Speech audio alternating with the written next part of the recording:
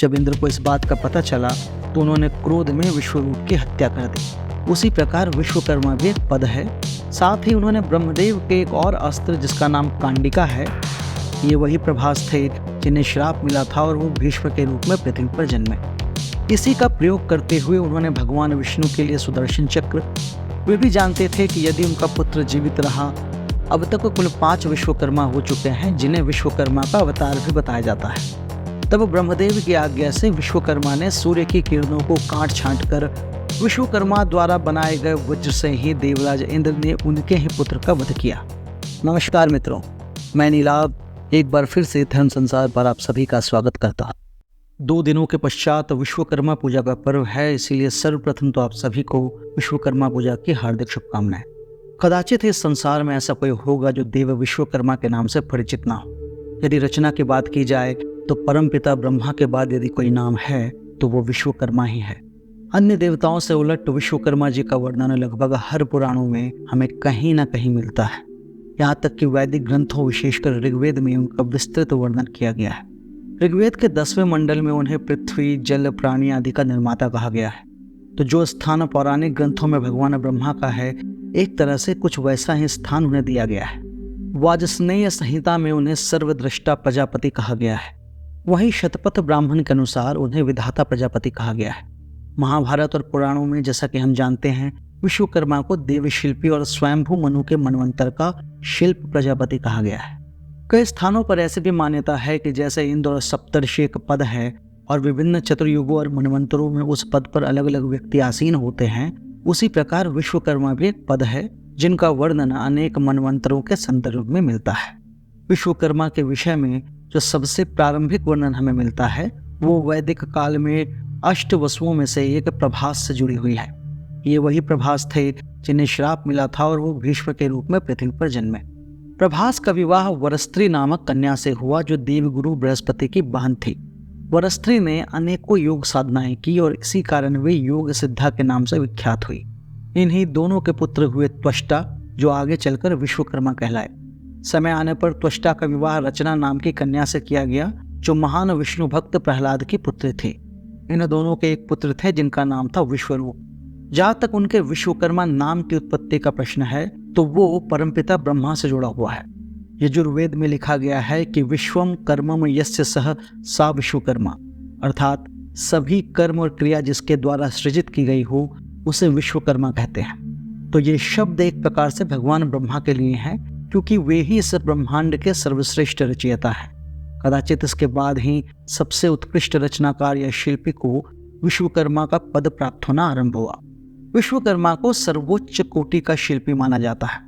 कहा जाता है यह ज्ञान उन्हें स्वयं परमपिता ब्रह्मा से प्राप्त हुआ और उन्हीं की इच्छा से उन्होंने कई नवीन उपकरणों का निर्माण किया।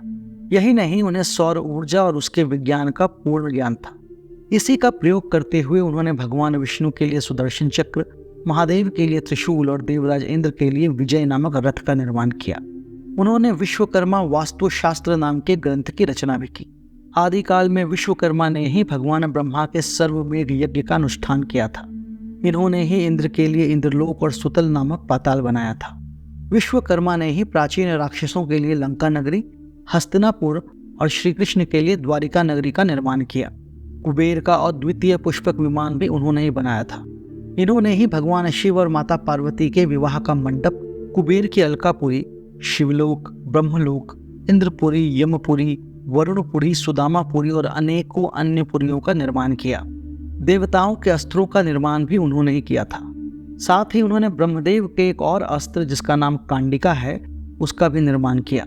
इंद्र का वज्र, अग्नि का परशु, धर्मराज का दंड और यम का पाश इन्होंने ही बनाया था। कहा जाता है कि विश्वकर्मा ने 12,000 शिल्प शास्त्रों का निर्माण किया था। जिस मायासुर ने पांडवों के लिए इंद्रप्रस्थ और माया भवन का निर्माण किया वो विश्वकर्मा का ही शिष्य था। कई स्थानों पर इन्हें विश्वकर्मा का पुत्र भी कहा गया है। जिस वानर नल ने भगवान श्री राम के लिए 100 योजन लंबे पुल का निर्माण किया था वे भी विश्वकर्मा के ही औरस पुत्र थे। विश्वकर्मा और रचना के पुत्र विश्वरूप का एक नाम त्रिशिरा भी था। वे भी अपने पिता की ही भांति योग्य और विद्वान थे। उनका विवाह सूर्यपुत्री विष्टि से हुआ जिनसे उन्हें सुतप नामक पुत्र की प्राप्ति हुई। कुछ ग्रंथों के अनुसार एक बार जब बृहस्पति ने देवगुरु का पद छोड़ा तो इंद्र आदि देवताओं ने विश्वरूप को ही उस पद पर बिठाया। हालांकि जब देवासुर संग्राम हुआ तो अपनी माता के दैत्य कुल के होने के कारण विश्वरूप का मन असुरों की ओर अधिक झुकने लगा। जब इंद्र को इस बात का पता चला तो उन्होंने क्रोध में विश्वरूप की हत्या कर दी। विश्वकर्मा अपने पुत्र की हत्या से अत्यंत दुखी हुए। उन्होंने एक और पुत्र के लिए घोर तप किया, जिससे उन्हें वृत्र नामक पुत्र की प्राप्ति हुई। क्योंकि विश्वकर्मा ने उसे क्रोध के भाव से प्राप्त किया था, इसीलिए वृत्त भी बहुत क्रोधी निकला और उसने समस्त संसार में त्राही त्राही मचा दी। अपने इस कार्य से वो वित्रासुर के नाम से विख्यात हुआ। वेदों में वित्रासुर को त्वष्टा का पुत्र कहा गया है, जो विश्वकर्मा ही है। अपने पुत्र के कृत्य को देखकर विश्वकर्मा बड़े दुखी हुए, किंतु वित्र अब उनके नियंत्रण से बाहर चला गया था। उधर देवताओं को उनके गुरु ने बताया कि केवल महर्षि दधीचि के अस्थियों से बने अस्त्र से ही वित्र का वध किया जा सकता है। संसार के कल्याण के लिए महर्षि दधीचि ने अपने शरीर का त्याग कर दिया। अब उनकी अस्थियां तो थी, किंतु देवता ये जानते थे कि उनसे अस्त्र बनाना केवल और केवल विश्वकर्मा के लिए ही संभव है। इंद्र बड़े धर्म संकट में पड़ गए। पहले ही वे उनके एक पुत्र का वध कर चुके थे, इसीलिए अब विश्वकर्मा से उनके ही दूसरे पुत्र के वध हेतु अस्त्र बनाने को कैसे कहा जाए। तब देवगुरु बृहस्पति के नेतृत्व में सभी देवता महर्षि दधीचि के अस्थियों को लेकर विश्वकर्मा के पास गए और उनसे प्रार्थना की कि वित्रासुर के वध हेतु इन अस्थियों से वो अस्त्र का निर्माण करें। आप समझ सकते हैं कि एक पिता के लिए इससे दुष्कर कार्य क्या हो सकता है, किंतु फिर भी विश्वकर्मा ने संसार के हितों को ही महत्व दिया। वे भी जानते थे कि यदि उनका पुत्र जीवित रहा तो ऐसे ही अत्याचार करता रहेगा। लोक कल्याण के लिए विश्वकर्मा ने उन अस्थियों से सबसे पहले एक अमोघ वज्र का निर्माण किया, जिसे देवराज इंद्र ने धारण किया। फिर बची हुई अस्थियों से उन्होंने अन्य देवताओं के लिए भी अनेक दिव्यास्त्र बनाए। विश्वकर्मा द्वारा बनाए गए वज्र से ही देवराज इंद्र ने उनके ही पुत्र का वध किया। इस प्रकार समाज और संसार के कल्याण के लिए विश्वकर्मा ने सबसे बड़ा त्याग किया। देवताओं के अस्त्र के निर्माण के विषय में हमें पद्म पुराण में भी एक कथा मिलती है। एक समय भगवान सूर्य नारायण का तेज इतना अधिक था कि उनका दर्शन करना असंभव था। तब ब्रह्मदेव देवताओं को लेकर उनके पास गए और उनसे अपना तेज कम करने को कहा। इस पर सूर्यदेव ने कहा कि केवल विश्वकर्मा ही उनके तेज को काट छांट कर कम कर सकते हैं। तब ब्रह्मदेव की आज्ञा से विश्वकर्मा ने सूर्य की किरणों को काट छांट कर उनके दर्शन को सुलभ करवाया। उन्हीं छांटी हुई किरणों के तेज से विश्वकर्मा ने देवताओं के लिए विभिन्न आयुधों का निर्माण किया। स्कंद पुराण के नागर खंड में विश्वकर्मा के वंश का वर्णन मिलता है। इसके अनुसार विश्वकर्मा के 5 पुत्र थे।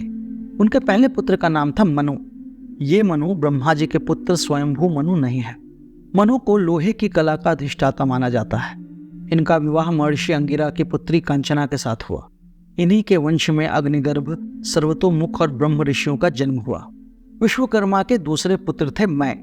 इन्हें लकड़ी की कला का अधिष्ठाता माना जाता है। इनका विवाह महर्षि पराशर की कन्या सौम्या से हुआ। इन्होंने ही इंद्रजाल की रचना की थी। इन्हीं की पुत्री मंदोदरी से रावण का विवाह हुआ था और महाभारत में इन्होंने ही पांडवों के लिए इंद्रप्रस्थ और माया भवन का निर्माण किया था। विश्वकर्मा के तीसरे पुत्र हैं त्वष्टा।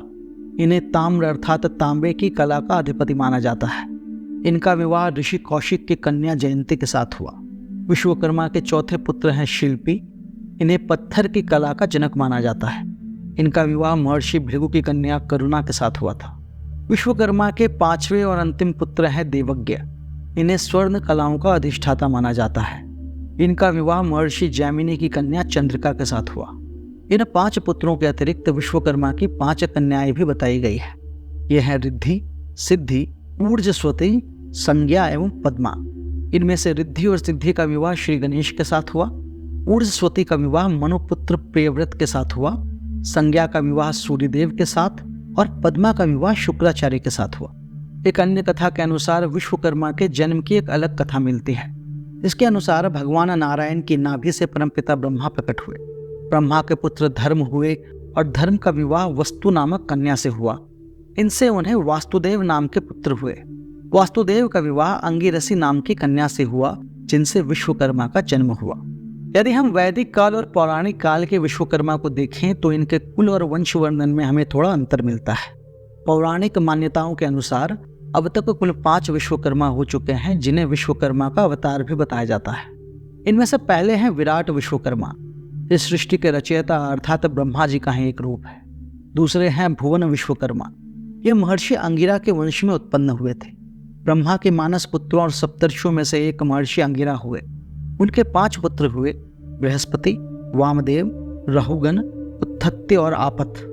आपथ के 4 पुत्र हुए, एकत, द्वित, तृत और भुवन। इन्हीं चौथे पुत्र भुवन के पुत्र विश्वकर्मा हुए। तीसरे विश्वकर्मा है वसुपुत्र विश्वकर्मा। ये प्रभास, वसु और वर्स्त्रिक के पुत्र वही विश्वकर्मा है जिनका वर्णन हमने पीछे वीडियो में किया। चौथे विश्वकर्मा है भृगुवंशी विश्वकर्मा। ये महर्षि भृगु के प्रपौत्र थे। महर्षि भृगु की 2 पत्नियां थी, पौलोमी और दिव्या। दिव्या के पुत्र शुक्राचार्य और शुक्राचार्य के पुत्र त्वष्टाधर हुए। इन्हीं त्वष्टाधर के पुत्र हुए त्वष्टा, जो आगे चलकर विश्वकर्मा कहलाए। 5वें और अंतिम विश्वकर्मा है सुधन्वा विश्वकर्मा। ये महर्षि अथर्व के पौत्र थे। महर्षि अथर्व की तीसरी पत्नी से घिष्णु नाम के पुत्र हुए और इन्हीं के पुत्र हुए सुधन्वा। ये बहुत ही बड़े शिल्पी थे और मैदिनी कोश में इन्हें ही विश्वकर्मा माना गया है। इन्हीं भगवान विश्वकर्मा के सम्मान में प्रतिवर्ष विश्वकर्मा पूजा मनाई जाती है, जो किसी भी कारीगर, अभियंता या तकनीकी क्षेत्र के व्यक्तियों का सर्वोच्च पर्व माना जाता है। इस वर्ष ये पर्व 17 सितंबर को मनाया जाएगा। तो हम भगवान विश्वकर्मा से ये प्रार्थना करते हैं कि वे आपको और आपके परिवार को सदा सुख और समृद्धि प्रदान करें। यदि ये वीडियो आपको पसंद आया हो तो आप इसे लाइक कर सकते हैं, शेयर कर सकते हैं और हमारे चैनल को सब्सक्राइब कर सकते हैं। जय भगवान विश्वकर्मा।